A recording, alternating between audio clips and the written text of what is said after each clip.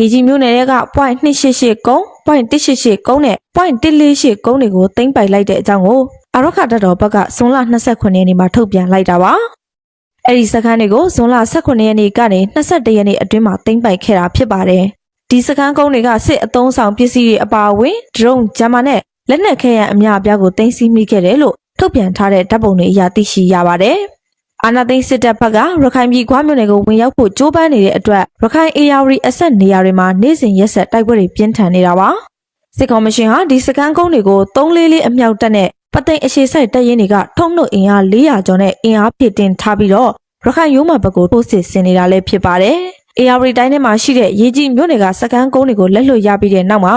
အာဏာသိမ်းစစ်တပ်ဘက်ကအတုံမြို့မှာခန်းစစ်ပြနေတာကိုလည်းတွေ့ရပါတယ်။ဒါအပြင်ဒဏ်ရာရတဲ့စစ်သားတွေကိုလည်းပသိမ်မဆရာလေးစစ်ဆေးရုံနဲ့ရန်ကုန်တိုင်းစစ်ဆေးရုံတို့ကိုဖက်ယူပို့ဆောင်နေရတယ်ဆိုပြီးမြေပြင်စစ်ရေးသတင်းရင်းမြစ်တွေကအတည်ပြုထားတာပါ။စစ်ကော်မရှင်ဟာအေယာဝတီတိုင်းထဲမှာစစ်ပွဲတွေရှုံးနေတဲ့အတွက်ကွာမြို့နယ်ကိုနေ့စဉ်ဒီပါဘုံကျဲတိုက်ခိုက်တာတွေလည်းပြုလုပ်နေပါတယ်။